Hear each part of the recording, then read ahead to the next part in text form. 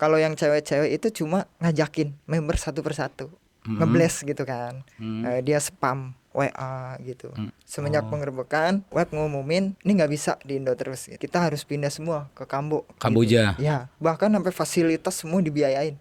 Malah istri terjerumus. Istri jadi admin juga. Admin juga. 1 tahun setelah dia berangkat ke Kambo, dia pengen pulang bilangnya. Kok ini anak nggak ada kabar, sedangkan yang lain pulang ada kabar gitu. Takutnya udah lewat gitu gimana? Lu tuh goblok katanya. Kita tuh udah pernah loh kerja di sini. Tapi kok lu masih, nah itu dia. Main A di sini gua udah bukan nih 1 juta, sedangkan gua mau libur lagi gua udah nggak bisa. Halo teman-teman, video kali ini gue mau ngobrol sama Mas Bro Ambon panggilannya. Jadi Mas Bro Ambon ini mau menceritakan kali-kaliku kehidupannya. Dia terjerat judi online dan sekarang kondisinya dia ini bisa dibilang sedang carut marut gitu karena hubungan keluarganya lagi kacau, dampak dari dia terjerat judi online gitu ya. Ya, betul. Oke, siap. Jadi gimana nih perjalanannya di judi online ini gimana nih Mas Bro Ambon? Perjalanannya awalnya rekomendasi teman. Itu udah familiar banget lah. Soalnya kan face to face itu lebih manjur ke pemasaran ya kan. Ya seperti biasa lah pada umumnya menang kalah gitu kan. Tapi efeknya belum terlihat. Kayak aset kita pada hilang satu persatu itu belum berasa gitu. Semakin dendam semakin besar mainnya gitu. Akhirnya ya itu balik ke muncul sifat malas kerja. Itu yang pertama kali awal hancur ya itu.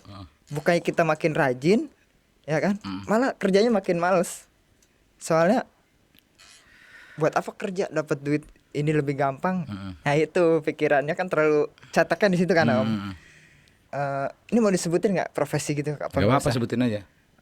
Ya kerja gitu sebagai ekspedisi kayak toko online gitu. Ekspedisinya akhirnya di situ kekurangan gitu. Kayak sebelum aset hilang, pertama yang dikorbanin itu penghasilan dari gaji yang kita kerja. Nah setelah kerja itu belum mencukupi buat menuin wah kemenangannya seberapa gitu kan. Yang ada kita kalah terus, depo terus gitu. Akhirnya gimana caranya dapat duit dari perusahaan nih gitu. Sedangkan kita basic kita ini paling bawah, ibaratnya staff paling bawah gitu. Tapi kita gimana caranya gitu. Akhirnya muncul ide-ide yang kiranya kalau begini kena enggak nih gitu kan. Ketahuan enggak nih. Akhirnya itu timbul dengan tersendirinya. Ada yang sistem penggelapan, dia bikin laporan palsu, barang hilang sekian. Nah itu terlalu sederhana gitu kan. Akhirnya kita ada ide yang lebih gimana nih caranya yang lebih ibaratnya safety, terus tanpa ada komplain, tanpa ada apa gimana. Pasti itu bakalan ketemu kalau udah niatnya ke situ. Ya saya ketemu, saya ngegelapin resi. Resi di paket-paket itu. Jadi resi yang harganya besar saya tuker. Jadi resi ini udah sampai ke customer, terus dibayar sama customer, tapi saya masih simpen tracking itu dengan cara foto atau kita catat. Terus kita laporan lagi ke kantor kalau barang itu masih ada di gudang. Gitu. Padahal barangnya udah customer. Udah.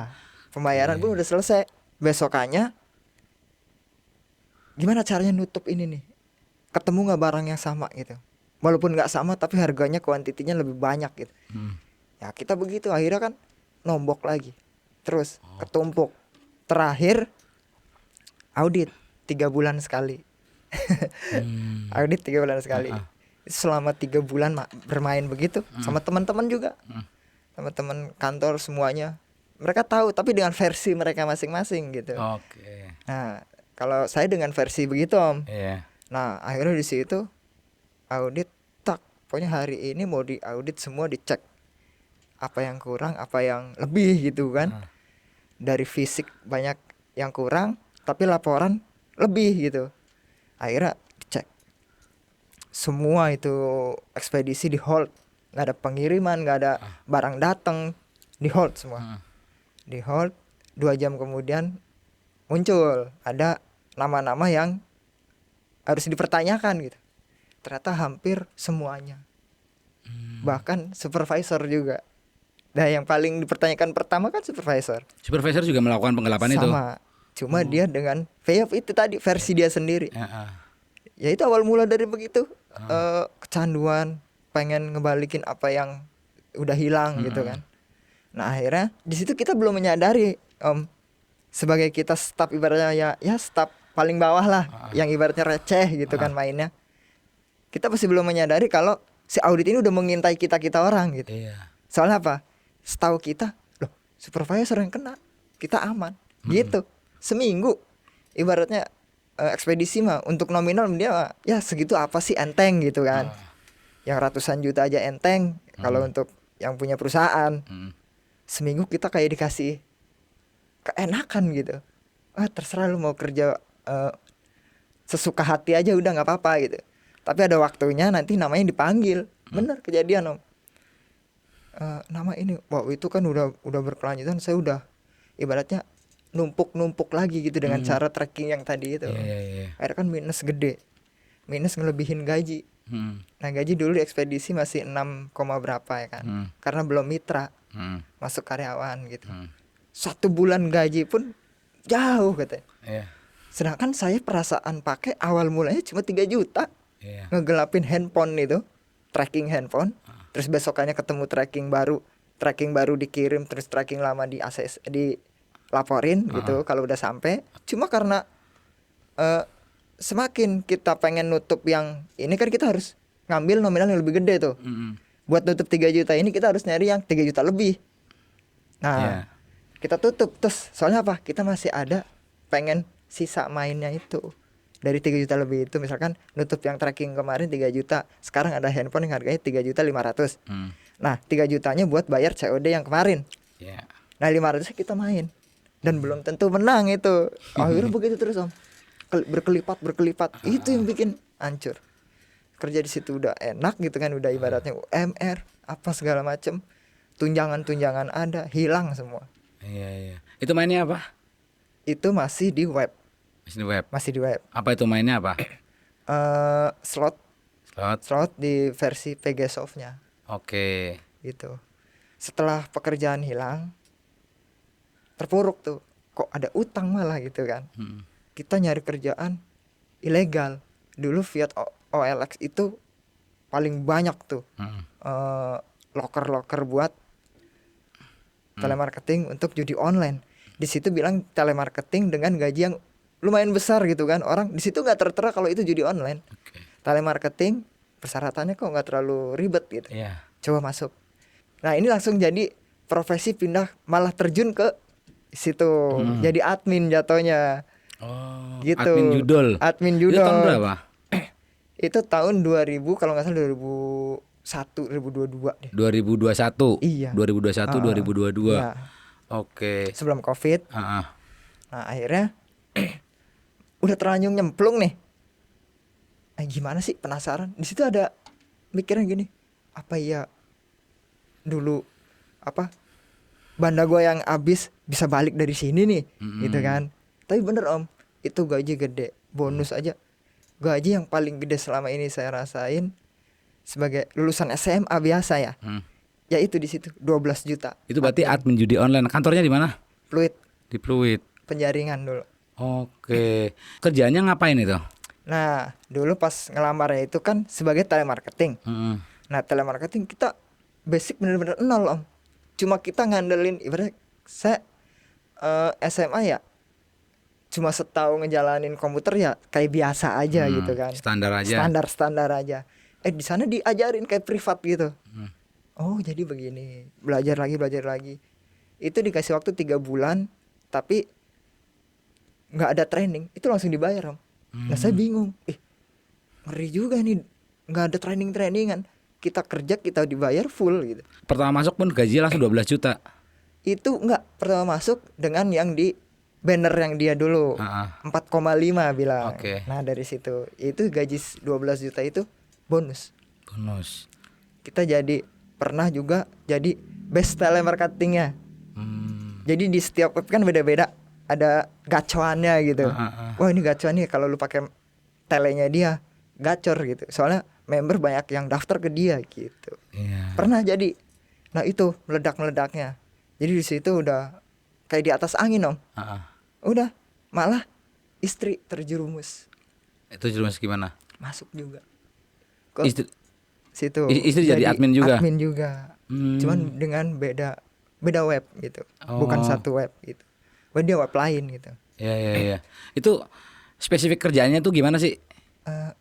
Kalau yang marketing, kalau yang cewek-cewek itu cuma ngajakin member satu persatu, ngeblast gitu kan. Dia spam WA gitu. Dia spam WA sekali blessing sampai 500 member gitu. Nah begitu kinerjanya. Nah kalau yang cowok-cowok itu sebagai customer service. Kadang yang balesin live chat, terus cek ACC withdraw deponya. Kadang ngeliatin untuk si leader itu yang mungkin yang udah tuh kayaknya itu pernah jadi leader. Kalau yang udah apa sih namanya, dia sampai tahu itu di setting gitu itu. Kayaknya sih itu menurut saya nih pribadi. Soalnya saya nggak ke situ kan, dulu kan fokusnya udah makan gaji aja udah.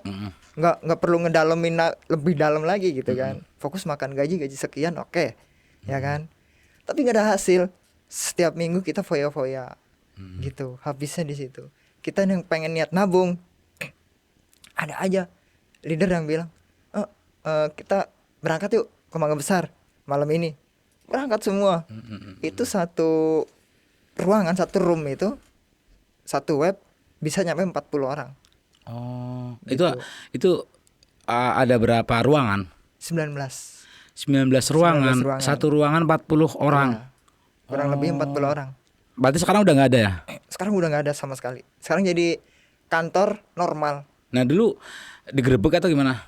Nah itu dulu posisi pas lagi gencar-gencarnya si kasus. Oh gimana tuh? Jadi semakin banyak, kan udah marak kantor judi online di mana-mana. Penggerebekan tuh kayaknya ya lagi apes aja itu. Kantor saya digerebek.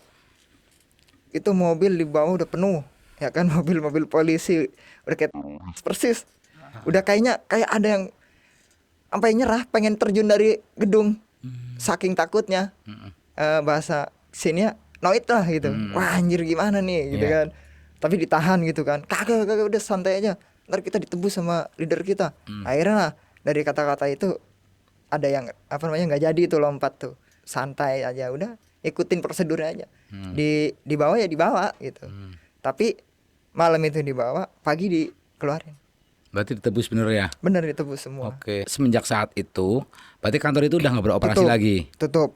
Semenjak penggerbekan, terus web ngumumin ini nggak bisa di Indo terus gitu. Kita harus pindah semua ke Kamboja. Gitu. Ya. Itu diajak semua. Bahkan sampai fasilitas semua dibiayain. Cuma ya itu balik lagi pilihan kita sendiri. Gitu. Kalau kita mau semua dibiayain. Bahkan saya sekarang teman saya yang satu room itu, satu web itu yang ikut ke Kambo. Dia teman saya tinggalnya di Muara Baru. Itu nggak ada kabar. Itu ke Kamboja berarti? Iya, cari sosmednya. Udah nggak aktif semuanya, atau saya sih berharapnya dia udah tobat gitu. Soalnya terakhir saya dengar kabar 1 tahun setelah dia berangkat ke Kambo, dia pengen pulang bilangnya. Tapi di situ saya nggak ini. Tapi saya belum ngecek ke kediamannya, belum ke rumahnya gitu. Cuma masih penasaran aja. Kok ini anak nggak ada kabar, sedangkan yang lain pulang ada kabar gitu kan. Namanya juga temen gitu kan. Pasti ada kabar burungnya lah. Wah si ini udah pulang, si itu udah pulang gitu. Takutnya udah lewat gitu gimana? Saya makanya bingungnya di situ. Soalnya pas di Indo itu leader nggak seserem yang kayak di berita-berita. Mereka ya selayaknya bos sama karyawan aja gitu. Mereka, lu butuh apa lu makan belum? Nih kita pesan GoFood, kita makan di tempat gitu.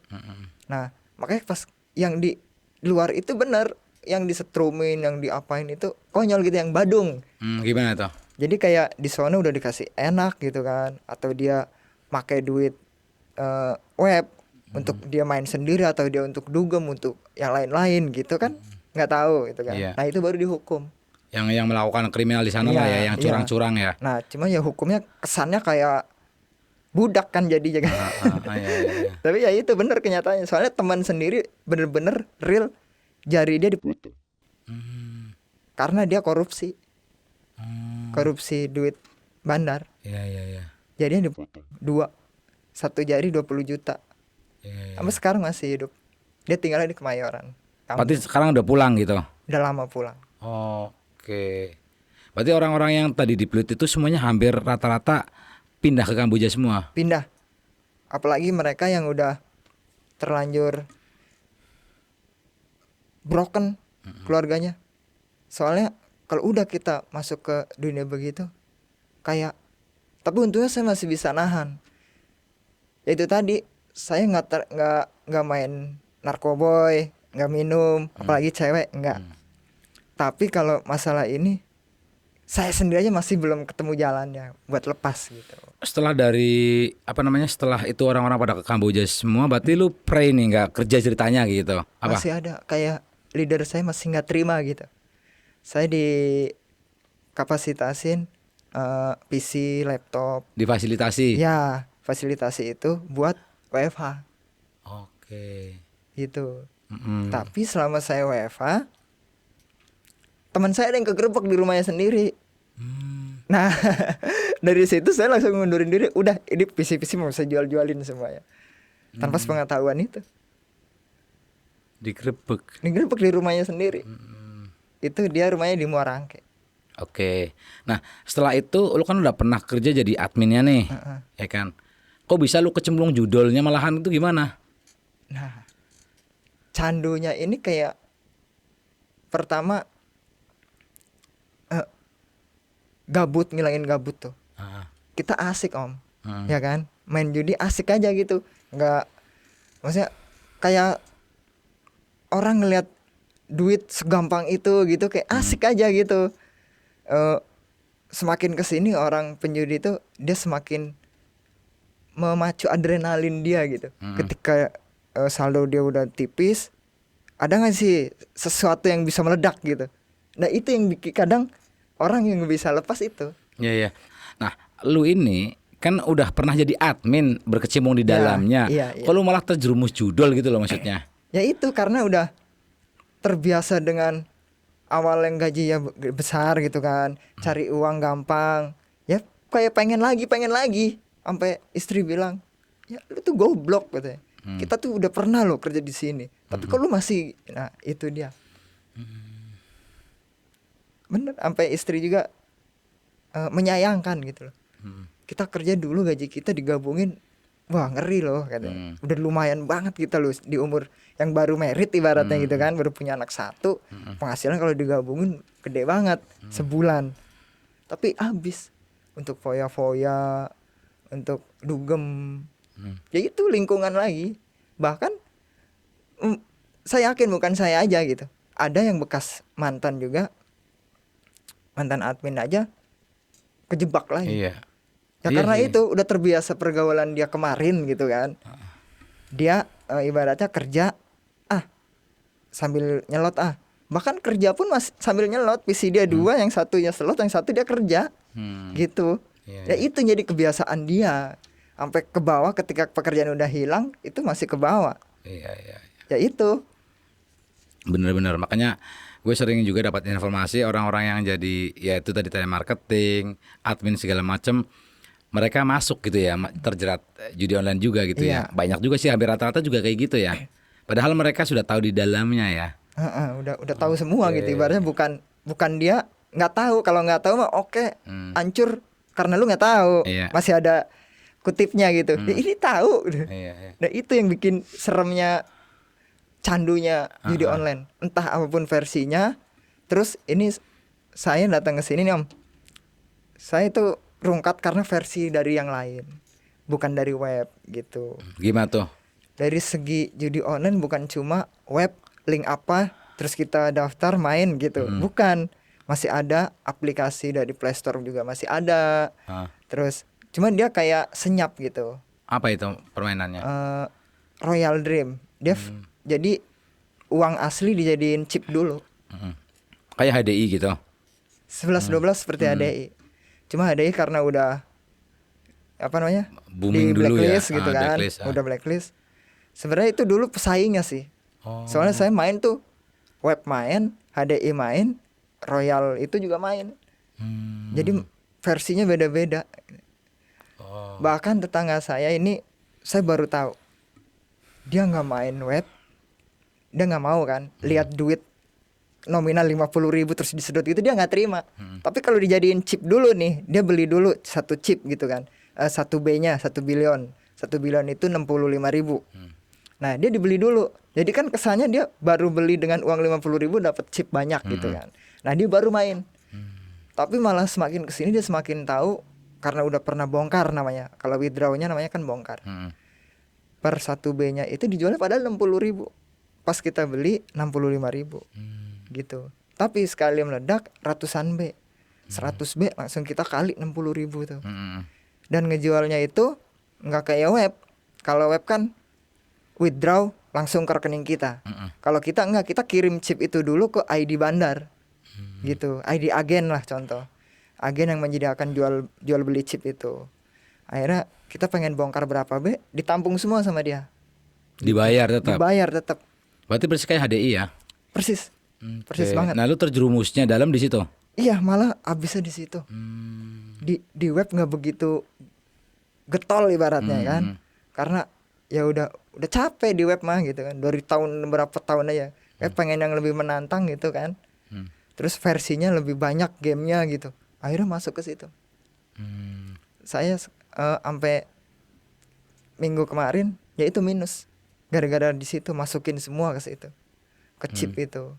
Minus berapa itu? Nominalnya minus satu motor, PCX. Motor. PCX. Yang kemarin-kemarin sebelum-sebelumnya udah rungkat apa aja itu? Kawasaki Ninja. Kawasaki Ninja. Ya, dijual murah. Kawasaki Ninja 2017. Semua masih grass banget. Itu dijual murah 50 juta. Habis semuanya. Habis downgrade habis gitu. Cuma dikasih kemenangan cuma ya 20%-nya aja gitu kan.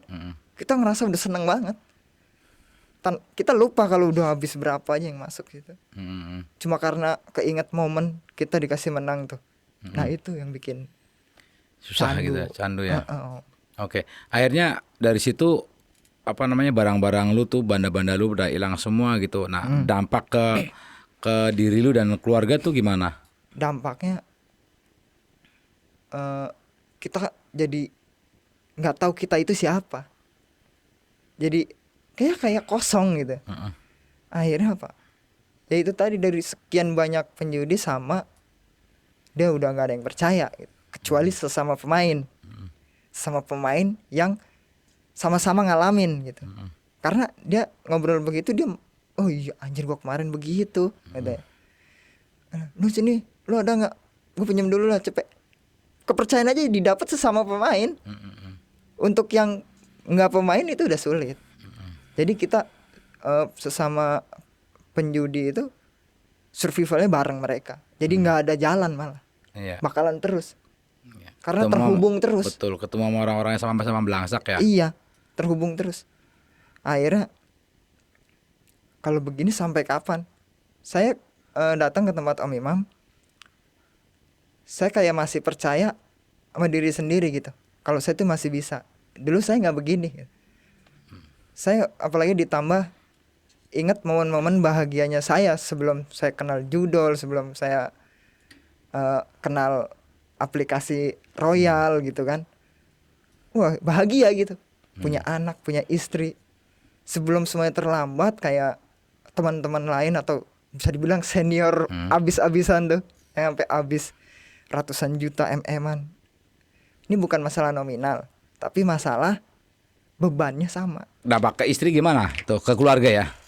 Pertama, keluarga yang paling paham betul itu istri. Istri yang paling merasakan minusnya penghasilan kita. Karena kan dia yang seharusnya manage pendapatan kita gitu kan. Dia yang merasakan pertama kali. Sampai akhirnya nyampe titik terendah. jual aja dulu, besok kalau ada rezeki beli lagi. Bahasa trennya sekarang gitu kan. Iya, iya. Itu baru awal titik terendah sebagai korban judi. Awal dari segala-galanya yang bakalan lu nggak dihargain gitu. Gitu Om. Masih tebal banget tuh kepercayaan istri. Oke ya, jual dulu. Nah, semoga aja cepet balik lagi. Nah, itu yang fatal itu kalung anak atau anting anak gitu. Itu. Tapi udah itu sekali aja nggak mau lagi gitu. Ih, gila sampai ini aja keambil gitu. Sebodoh ini tapi masih itu Om. Masih kita nyoba ngejalanin, yaitu dendamnya kekalahan yang hilang itu kita masih pengen gitu, masih pengen itu balik lagi. Yang ada malah semakin kita dendam, ya itu tadi semakin hilang semuanya. Itu mertua sama orang tua gitu tahu? Yang kedua, istri udah ngerasain dampaknya, mertua tahu dampak tuh gara-gara istri selalu uring-uringan, ya kan, uring-uringan pengen pulang lah, ada problem, pulang sendiri. Akhirnya kan dipertanyakan gitu, kamu kenapa pulang sendiri, berantem sama suami lo gitu kan. Akhirnya tapi istri masih ngejaga, itu udah bertahan setahun lebih ngejaga gitu. Sedangkan itu problemnya berkali-kali gitu. Masih ngejaga, masih kenceng gitu komitmennya, pengen ngejaga udah jangan sampai laki gue ketahuan kalau main judi gitu kan, kasarnya gitu. Nah akhirnya setiap ditanya kan nggak pernah ngomong, ada mertua negor saya sendiri. Istri nih ditanya selalu diem aja, yang ada cuma nangis, kan kita nggak tahu apa-apa. Nih pengen dengar aja langsung dari lu nih gitu kan. Ya udah kita jelasin, oh ternyata ya itu mertua yang cowok ya awalnya memaklumi karena dia dulu pemain sabung ayam, pemain koprok gitu. Nah itu sama, dia nggak main yang lain-lain, nggak alkohol, nggak narkoba, nggak lain-lain, tapi judinya itu kencangnya luar biasa. Sampai terakhir kali judi burung dara yang kolongan. Wah itu kalau emang mantan pemain udah terjun lagi kan langsung, wah sekali taruhan aja harga burung aja 12 juta. Ya, kalau orang yang nggak tahu mah itu burung apaan, burung biasa aja gitu kan. Nah akhirnya dia tobat sendiri, udah nggak mau lagi gitu, karena sempat ngasih tahu begini malah mertua, kamu main judi itu menghasilkan enggak, yang ada kan habis semua gitu kan. Nih dulu nih ayah bilang begitu, ayah main koprok nggak pernah kalah, udah tahu trik-triknya. Wah nyari duit 1.800.000 udah tinggal duduk sebentar pulang. Cuma bukan di situ faedahnya orang kan. Main dimaklumin secara halus-halus awalnya. Kita mikir, wah iya juga ya, kenapa sih begini terus gitu kan. Nah akhirnya ketika udah begitu, ya berbagai konflik bermunculan terus Om. Kita berantem, kita musuhan sama orang tua sendiri, ya kan, musuhan sama mertua, musuhan sama istri. Ya itu konfliknya terus bermunculan. Karena apa? Kita lagi butuh buat bener aja susah gitu, mereka udah nggak percaya gitu kan. Jadi yang hasil akhir konflik kepercayaan itu, ya kan, krisis kepercayaan itu tuh hasil akhirnya. Nah yang selanjutnya udah kayak nggak berguna lagi nih gitu. Gue mau minta tolong siapa? Temen aja sama-sama pemain ya sama-sama rungkat gitu kan. Ya akhirnya udahlah kita cari, tapi masih pengen napas Om gitu ibaratnya, masih pengen napas, nggak mau begini terus, apalagi kita punya anak istri, tanggungan yang bener-bener, ya kan. Itu bukan nggak sehari 2 hari, makanya saya bener pengen cari obatnya dengan datang ke Om Imam punya obat apa sih ini. Nah pas tadi kita ngobrol ternyata emang bener kita harus berdamai dulu. Bener Om, itu jawaban yang selama ini bertahun-tahun saya berkecimpung karena ada niatan pengen berhenti, nggak ada jawaban, yang ujung-ujungnya stuck lagi di situ. Jawabannya nggak pernah ke situ. Bahkan orang tua kita sendiri pun ngobrol, karena dia ngobrol kalau itu nggak baik, nggak bagus. Jadi bukan mendalami, mecahin permasalahan, cuma kayak ngasih kesimpulan jatuhnya. Jadi tanpa dirinci, orang yang masih buntu otaknya, stuck, cuma dikasih kesimpulan aja dia masih mikir kok. Ya tahu ini salah. Cuma bukan itu yang dibutuhin, tapi apa nih di isinya dalam kesimpulan itu gitu. Problemnya apa sebenarnya, akarnya apa gitu kan. Nah, ketika itu ternyata ya hati kita kalau belum damai bakalan yang Om Imam bilang dendam. Kecewa.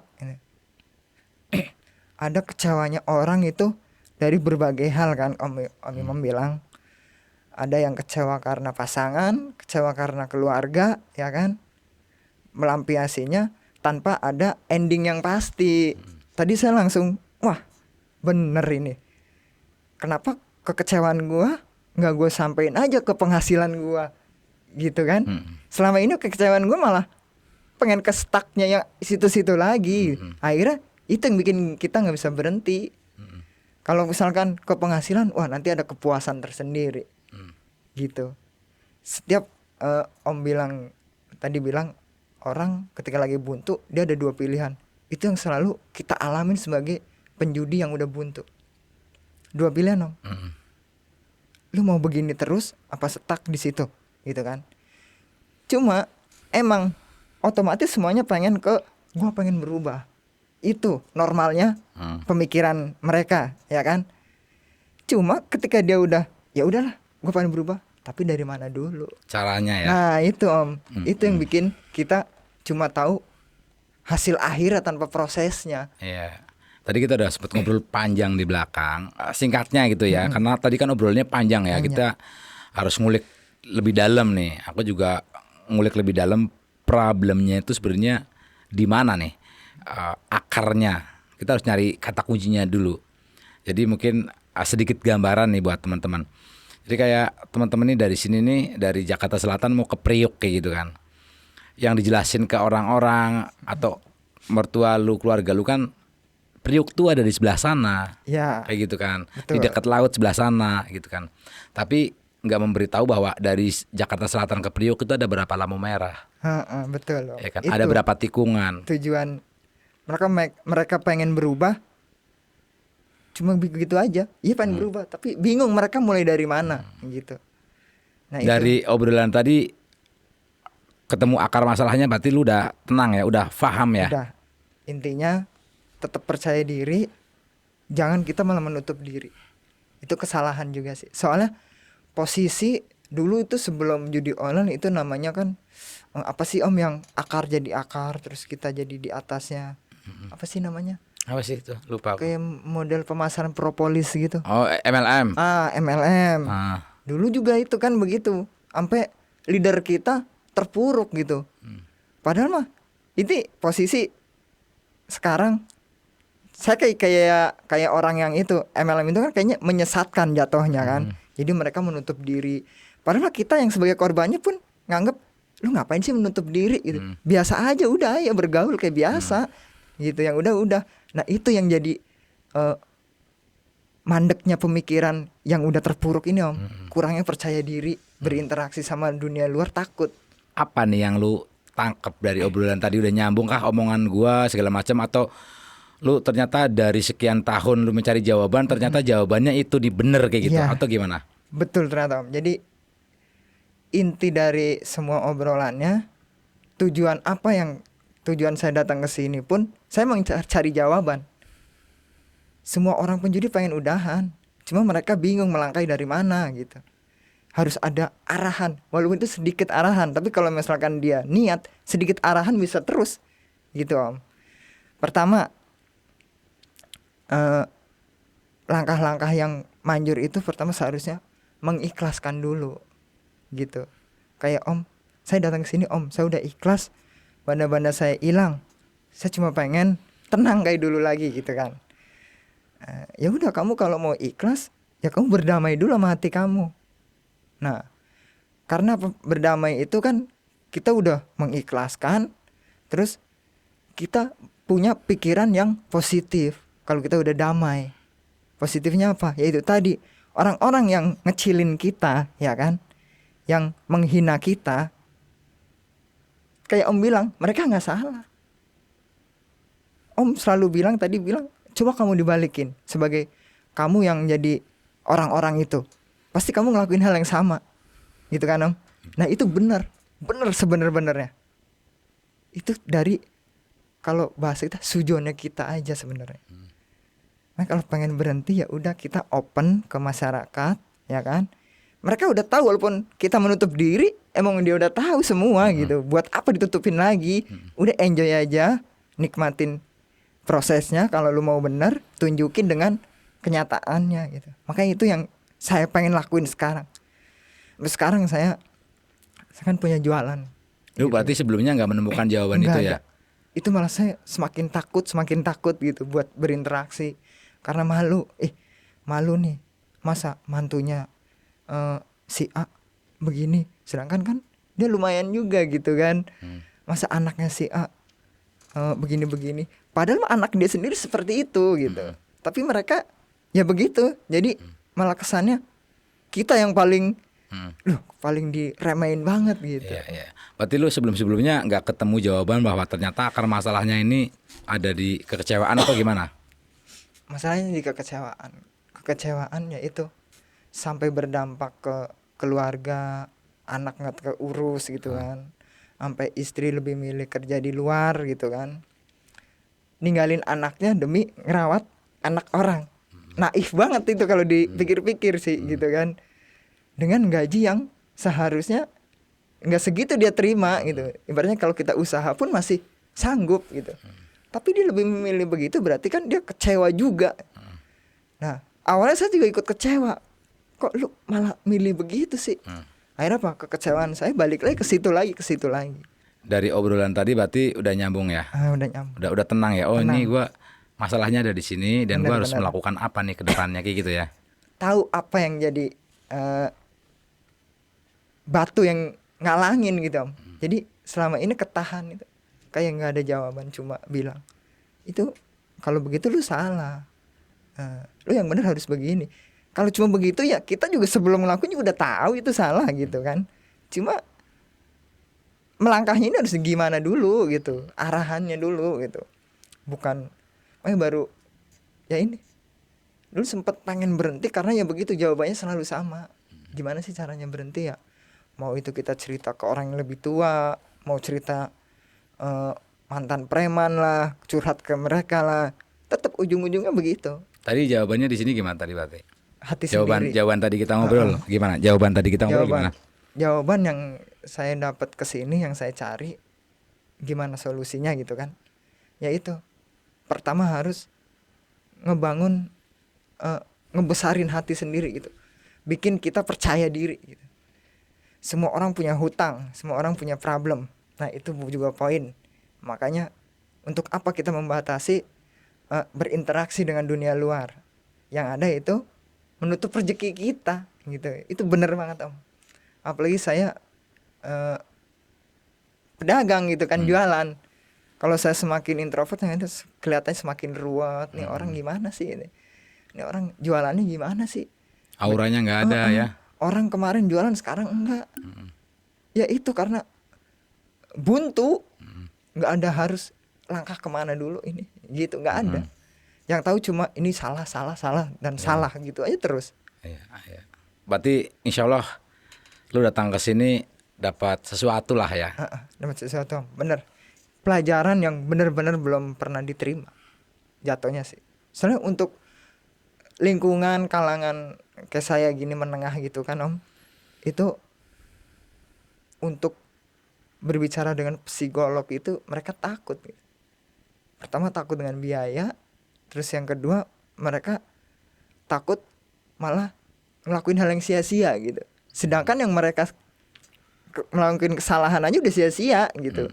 Itu banyak Om. Makanya mereka saya sering denger banget gitu orang pada cerita, anjir gimana ya Mon ya, gue begini sama anjir, masalah lu sama gue sama, cuma lu ngeliat gue kayaknya oke aja, ya kan?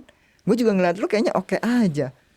Semua sama, mau lu habis berapa MM-an, mau lu habis puluhan ribu, bukan masalah di nominal, tapi masalah di efeknya. Efeknya rata, karmanya sama gitu. Iya. Nggak beda-beda. Ya setuju. Bro Ambon ini alhamdulillah udah dapat clue-nya lah ya gitu. Dapat clue-nya, dapat banget. Jadi Bro Ambon kesini juga udah keren, udah berikhtiar buat merelakan waktunya buat datang ke sini dengan tujuan mudah-mudahan bisa dapat solusi atau diskusi, kan sifatnya kita diskusi ya. Betul, Om. Mudah-mudahan bisa dapat jalan keluar gitu kan.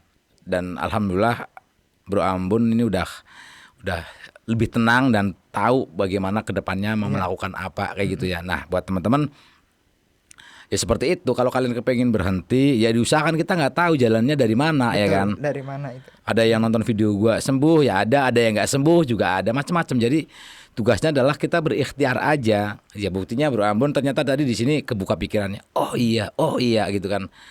Akhirnya enak nanti melangkah ke depannya mau ngapain kayak gitu kan.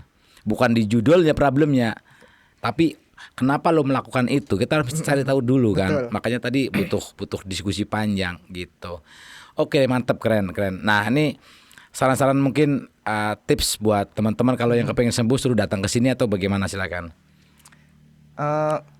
Buat yang masih terpuruk ya khususnya ya. Sebenarnya untuk datang ke sini terserah mereka gitu ya. Kan Om Imam juga open kan. Iya. Kalau mereka pengen ngeluh kesahnya gitu, pengen face to face gitu kan. Tapi di sini intinya kalau yang udah terpuruk terus terbatas dana untuk pengen kesini nggak bisa, jangankan kesini gitu kan, untuk beli paket aja buat nonton videonya aja nggak bisa gitu kan. Itu pasti ngalamin Om. Orang-orang yang udah rungkat gitu pasti ngalamin. Sampai ya itu intinya bangun kepercayaan diri dulu ya Om ya. Kepercayaan diri, ikhlasin. Ya. Ikhlasin apa yang hilang. Terus pertahanin apa yang ada. Bukan pertahanin, perjuangin malah yang apa yang ada. Nah itu yang pengen saya lakuin sekarang. Ikhlasin yang udah hilang, perjuangin apa yang masih ada gitu. Kalau cuma dipertahanin ya bakalan begini-begini aja. Tapi kalau diperjuangin ini bakalan lebih baik. Insya Allah begitu. Siap. Makanya di sini jalannya dari Om Imam itu emang luar biasa, pendekatannya, dari interaksinya, dari yang nggak kenal pun gitu kan bisa sampai sedekat ini tanpa Om jadi pemain loh gitu. Itu yang bikin salut sih Om. Saya salut sama Om Imam gitu, tanpa jadi pemain dulu tapi bisa paham betul gitu, paham betul apa yang harus dibutuhin sama si pecandu ini gitu. Setiap orang karakternya beda-beda kan namanya. Ada yang gue berhenti kalau gue udah habis-habisan. Buktinya apa? Ada duit depo lagi. Kalau saya nggak berhenti Om, memang jujur saya nggak berhenti, mulai terus itu. Cuman dari kecil itu bukit, bener bukan bukit, gunung. Ajak teman-teman yang lain ke sini, silakan.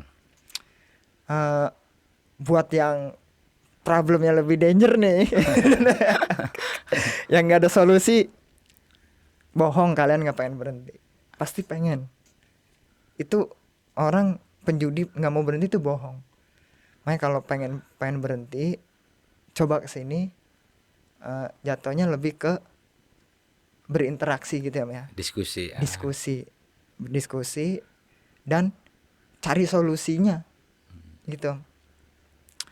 Jangan cuma di mulut pengen berhenti gitu kan, ada duit depo lagi. Itu banyak. Pengen kesini aja males ya. Mau kesini aja, ngapain sih gitu. Mau berhenti nggak ada ikhtiarnya ya. Bener, nggak ada tekad ya Om ya. Makanya saya pengen nekat, pengen perjuangin apa yang masih ada gitu. Wah teman-teman nggak usah malu-malu lah. Emang lu masih punya harga diri? Harga Harga diri lu udah gak ada. Satu-satunya yang ngehargain ya diri sendiri, betul nggak Om? Ya, bener. Tadi, wah, makanya di sini banyak pencerahannya. Siapa tahu dari sini lu bakalan jadi orang yang sekarang dibantu dengan lewat podcastnya Om Imam. Suatu saat lu yang ngebantu Om Imam. Nah itu dia. Siap. Dengan lu nanti pulang terus berapa minggu, berapa bulan ngasih kabar baik ke gua. Bang, Om, gua udah enak nih kasih foto lu makan bareng sama Insya Allah. keluarga segala macam. Itu udah happy banget gua. Mantap, udah Insya keren Allah. itu. Harus kayak gitu ya, kasih kabar gitu Siap. ya. Itu sesuatu tantangan baru seharusnya. Tantangan baru setelah berikhtiar, ya kan Om? Jangan cuma ikhtiar aja, ya kan?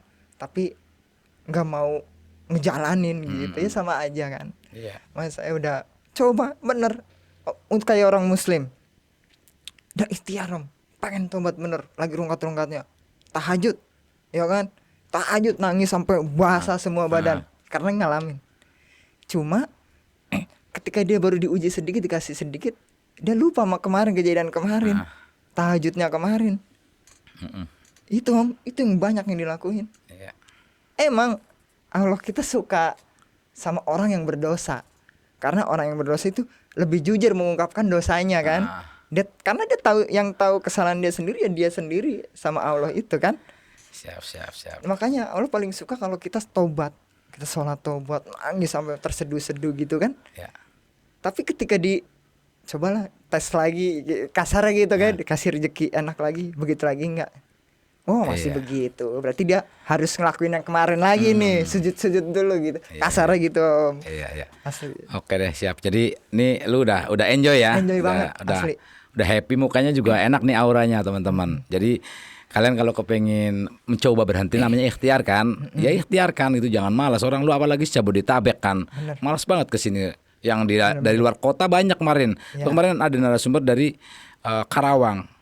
Dari Karawang, ada yang dari Jogja sengaja. Tuh, jadi orang kepengen berhenti ikhtiarkan, kita nggak tahu kan dapat jalannya dari mana. Yang penting ikhtiarkan gitu kan. Betul. Kayak penyakit nggak bisa disembuhin kan, kemana ya ikhtiarkan dulu, ya kan, ke dokter A, ke dokter B segala macam gitu, ikhtiarkan dulu.